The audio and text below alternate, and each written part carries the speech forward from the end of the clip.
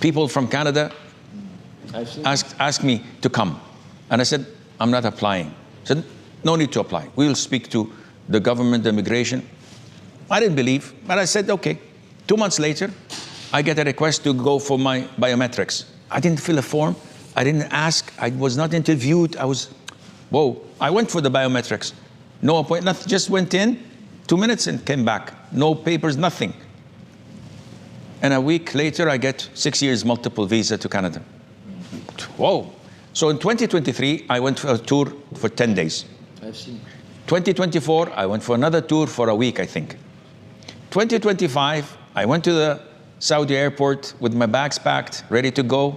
I'm standing here outside your door, and they said, sorry, we can't issue you your boarding pass. Why? I said, we have a note saying don't let him board the plane. My visa was not revoked. I was not incriminated. I haven't done anything. So they checked with the immigration, said, there's nothing wrong. So I understood the message. We don't want you simply. We can't say why, because you haven't done anything wrong. And the only thing wrong that I do, and I admit to that, is that I address the Muslims and say to them, excel in your work, excel in your studies, excel as being human beings, but do not bow to anyone other than Allah. Do not put your head down. Do not insult or humiliate yourself or allow anyone to do that. You don't have to blend. Keep your identity. And this is a taboo that the Westerners don't want, whether in Australia, UK, Canada, America, Europe. They don't want any preacher to come and speak to the Muslims like this. Despite democracy and all this BS, they don't believe in that. So at the end of the day, regarding those students who come to Medina, it relates to financial. Not only financial. Do you have the drive? Do you have the power to continue? If you say yes, then go ahead for it. So there are people who are determined, no matter what happens. We're going to finish this project. We're going to do it. Yeah. Alhamdulillah, you have the willpower, go for it. There are people who just see the glamour of, oh, I'm a Medina student. I am a graduate of Medina. But they don't see beyond that. The effort, the trouble, the time, the money spent. You have to spend time in the Masjid of Nabi, attending courses and lessons and lectures. They don't want this. I want to play on my PlayStation. I want to watch movies. I want to have fun. And in Medina, it's boring. So they come for a year or two, and then this is not working for them. So you have to know exactly what triggers you, what motivates you. And if you have it in you, Bismillah. My advice usually is get a B plan. And that is, get a degree. Engineering, admin, a license that you can fall back on. So when you come and have a degree in Islamic studies, you go back home, you work, you can work as an imam, and it pays off the bills, that's fine. But if not, then you have something to fall back on, which is a degree that you could work and earn and have a living. So you're not suggesting to gain money.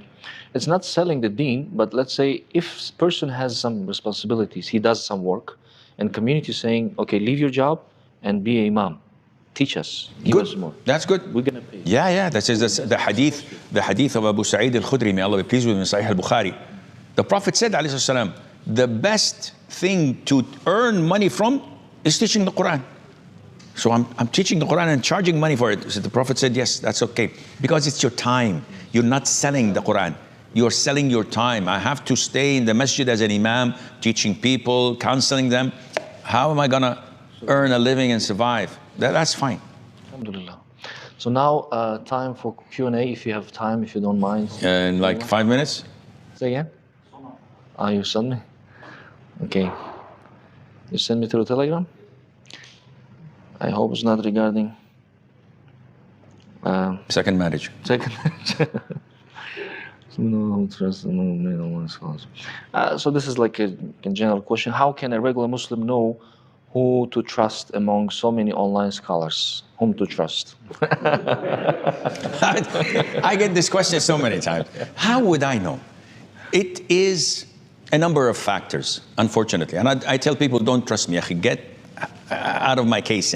Yeah. I don't want to see you. I don't want to know you. I don't need you. Alhamdulillah. But unfortunately, and this is a sad reality, I'm one of the most accessible shuyukh available. You just Google a question, you'll find me popping in. Even in animes. Naruto. She speaks about.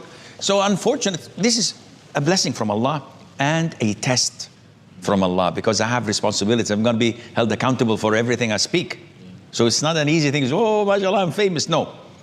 How to know if a sheikh is reliable or not? By a number of factors. Number one, consistency. Sheikh that has peaks and valleys, mood swings. Like an AKG heartbeat. Yeah, but even worse.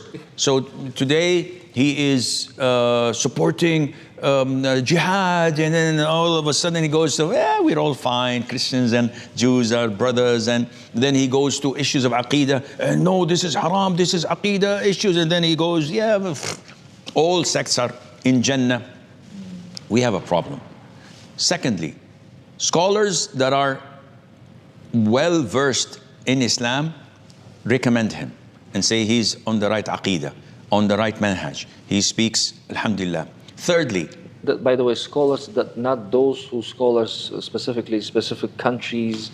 Real scholars, not selective scholars. There are scholars who say that, okay, you're with us, then you're fine. You're not fine. No, we're talking about fair scholars who talk about the Quran and the Sunnah and who have fairness. Not everyone is perfect. No one is perfect. So they have the ability to balance. Thirdly, consistency, in the sense that his fatwas all throughout the years are known to be close to the Quran and Sunnah. So you monitor a sheikh or a brother and look into his fatwas and scrutinize them. If you find that he has one mistake over 100, it's fine. But if he has 90 mistakes over 100, then whoops, that's a red flag you should stay away from. His associations, if he sits with people of deviancy, of people of wrong aqidah, of people of corrupt thinking, and they think that, they're fine, and he praises them and say, they're good brothers, learn from them. And when you say, Akhi, this guy says so-and-so about Allah's names, about this, about that, this is negligible. Watering down such innovations is a no-no, among other things. Another question, when scholars strongly disagree, how do we avoid confusion and stay united?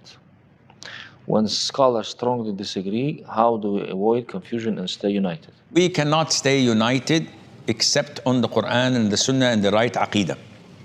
I cannot fight side by side with someone who slanders Mother Aisha or curses Abu Bakr, Umar, and Uthman.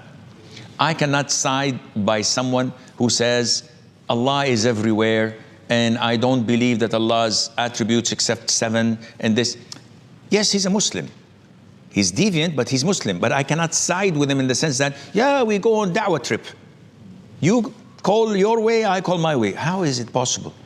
Yes, you're a Muslim. Assalamu alaikum, wa alaikum assalam. We sit and dine, but when it comes to da'wah, when it comes into fooling people away from the manhaj of the Prophet and the companions and the righteous and favored 3 generations, there's no unity possible. Is there any other questions, brothers? Yes. Yes. The question is, mashallah, you have very super bright mind. How to become like a bright mind, and then how to make it easy to take a decision? Well, I wish you speak to my wife. If you think I have a bright mind and I'm good in taking decisions, please try to convince her. Wallahi, akhi, this is it's not from me. It's a favor and blessing from Allah Azza wa Jal.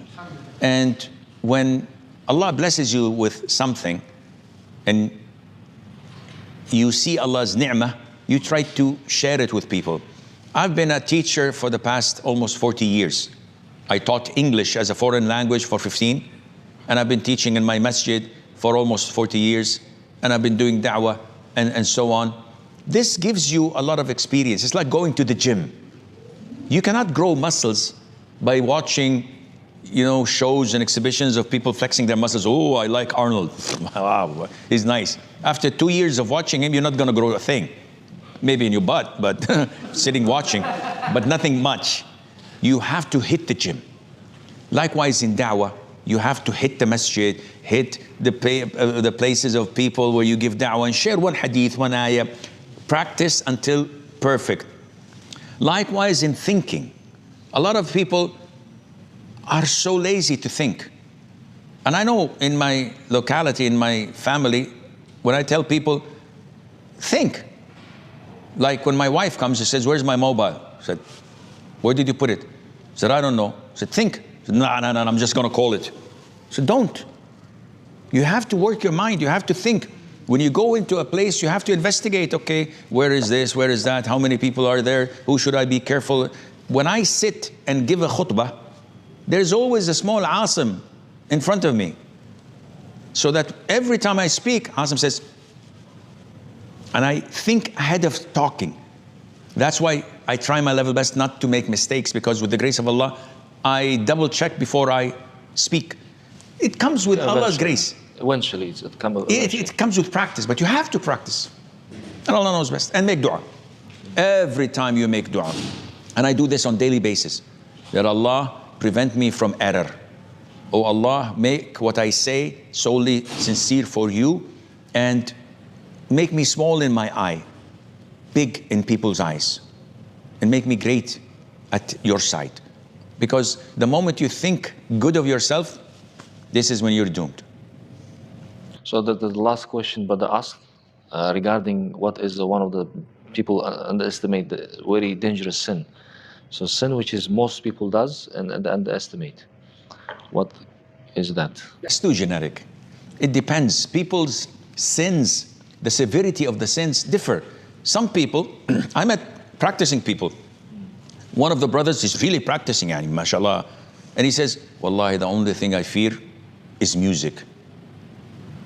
I have so many memories of music and songs.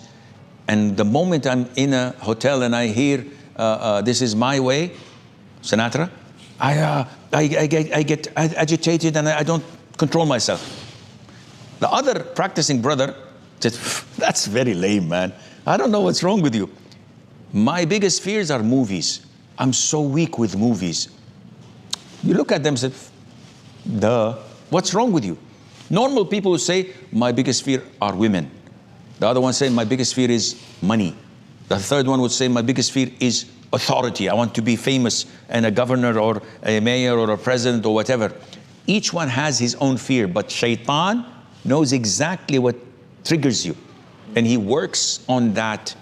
So your biggest fear is what you identify. And you preserve yourself and keep yourself away from that. And Allah Azza wa Jal knows best.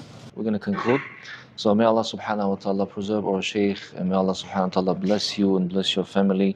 We're honored to have you in this gathering. May Allah subhanahu wa ta'ala gather us to His Jannat al-Firdaus al-A'la. Barakallahu feekum. Jazakum Allah khair. Alaykum salam.